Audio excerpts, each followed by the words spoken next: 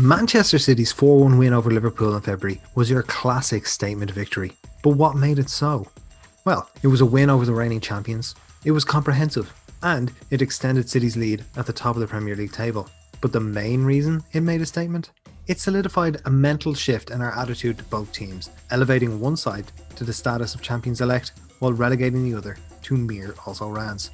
If we compare Man City's performance in that game to, say, Manchester United's goalless draw at Anfield a month prior, then you see what I mean. Man United failed to grasp the nettle, unlike their local rivals, and are now drifting in City's slipstream. That is the power of the statement victory. But which ones are the biggest of them all in Premier League history? Let's find out. Newcastle United 5, Man United 0, October 1996. Not every statement victory leads to a happy ending. Just ask Newcastle supporters. Kevin Keegan's entertainers were arguably the best team to never win the Premier League, and possibly the most enjoyable team to watch in English football history. They went toe-to-toe with Alex Ferguson's Manchester United in the 1995-96 campaign and came out the wrong side of it, despite having a 12-point lead in January. The Magpies began the following season like a house on fire, winning 7 of their opening 9 matches ahead of their clash with the champions. They proceeded to humiliate the holders 5-0, the pick of the bunch being Philippe Albert's majestic lob over Peter Schmeichel. What made it most satisfying, however, was that Alan Shearer, who turned down Ferguson that summer, starred for the hosts. That put Newcastle 3 points ahead of Arsenal at the top of the table, and 5 clear of Man United. It was a sensational moment that announced to everyone they were not going to let the previous season's collapse derail them. Newcastle's momentum was immediately halted, however, when they lost their very next match 2-0 to Leicester City. Their form completely inverted, winning just 2 of the next 10 games. They eventually finished second again, but under Keegan's successor, Kenny Dalglish, that phenomenal team was systematically dismantled over the next year. The Magpies made a statement victory, but never made it count. Man United 0, Arsenal 1, March 1998. The following season, Manchester United were going for their 3rd consecutive Premier League title. They were well on course after establishing a 9-point lead with 9 games to go.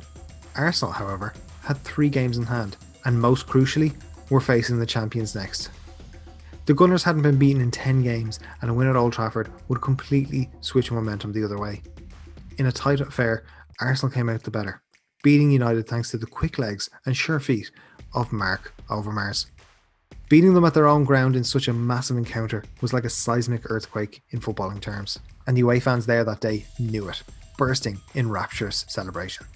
The North London outfit would go on to win their next 7 matches, the title clincher coming against Everton at Highbury, where Tony Adams scored one of the all-time great title-winning goals in a 4-0 victory. Chelsea 1, Man United 0, August 2004. Jose Mourinho laid down a marker in his very first game in English football, beating the Red Devils on the opening day of the 2004-2005 campaign. The match itself was fairly uneventful, with Eidur Gudjonsson's solitary goal in the 15th minute deciding it in favour of Chelsea. It was a classic of the Mourinho genre that we would come to know very well over the following years. Take the lead and close up shop without taking any risks. It sounds simple when you put it like that, but Ferguson had no answer for it at the time. Chelsea were like a wizened boxer who knows that they're well ahead on points and can keep their opponent at arm's length. All they have to do is avoid a knockout blow. That blow never arrived, and United were unable to lay a glove on the Blues that season. The league was not won or lost on that day, but it sent out a signal to would-be challengers. If you want the title, you'll have to come through us. Man United 1, Man City 6, October 2011. At this point, we know what Manchester United fans are thinking. Why always us? Why is every match on this list up to now involving a defeat for our team? Well, take it as a compliment, as for so long, your side were the one to beat. During Ferguson's glorious reign, it was his team you had to go through if you wanted a shot at the title. As Ric Flair would say, to be the best, you gotta beat the best. And that's precisely what Manchester City did in 2011, in the most emphatic fashion possible, beating their hated rivals 6-1. Up to this point, Man City were still seeking legitimacy following Sheikh Mansour's takeover in 2009. They were splashing the cash like there was no tomorrow, but they weren't being taken entirely seriously as title challengers. Alex Ferguson refers to them as the noisy neighbours, a soundbite that has lived on in infamy ever since. But City showed they weren't just content to live side by side with United, they wanted to destroy their house altogether. After 70 minutes, City were 3-0 up, With 9 minutes remaining, Darren Fletcher got one back, so United threw numbers forward in a desperate attempt to get something, anything, out of the game. That left vast swathes of the pitch open for City, who obliterated them on the counter, scoring 3 goals in the final few minutes. The title race took many twists and turns that season, but it ended with Man City claiming their first Premier League crown thanks to a certain injury time goal on the final day. Man City 1, Leicester City 3, February 2016.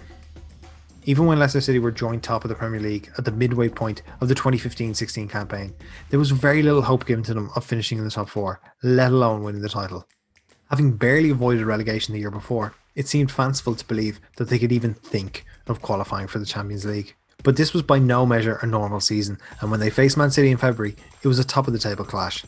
With 2 league titles already in their back pocket by this stage, this should have been the moment for City to use their nous and experience to puncture the fairy tale at a critical juncture.